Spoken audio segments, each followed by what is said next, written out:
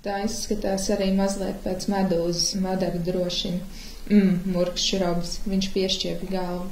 Viņš samiedz acis šaurā šķirbiņā. Vai tā nav miroņgalva? Nē, izlem Madara. Tā krāsa ir draņķīga, Robas nopūšas par šķidru miroņgalvai. Grāmata ir par Madaru un par viņas piedzīvojumiem. Man tā kā patīk, ka nav kaut kāda izskaistinājuma un tāds atcukurojums, un viss, ko Madara dara, nav vienmēr labi un pieņemami.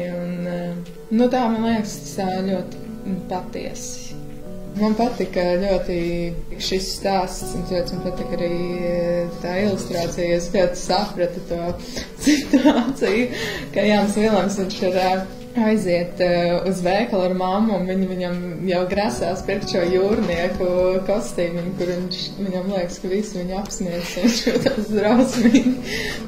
Šī aina, kur tā kā Madara skuvās ar vecstāvu, man liekas, pašai ļoti tāda, forša, var ar tām skūšanās putām uztaisīt to seju, un man tāda aina pašai ir arī piedzīvota, jo man vectās arī ļāva bišķīt skūties. Tad uzreiz ir arī prātā tā bilde, kur es gribu iztaisīt. Viņš ļoti apraksta balss, intonācijas, kādas sejas izteicums un tādas lietas. Viņš ļoti maz pievērš uzmanību tam, kā izskatās telpas un cilvēki. Tas ir pateicīgi arī ilustratoram, man liekas, ka viss nav uzrakstīts priekšā un nav tikai kā nodiktēts, jāzīmē tā, kā ir.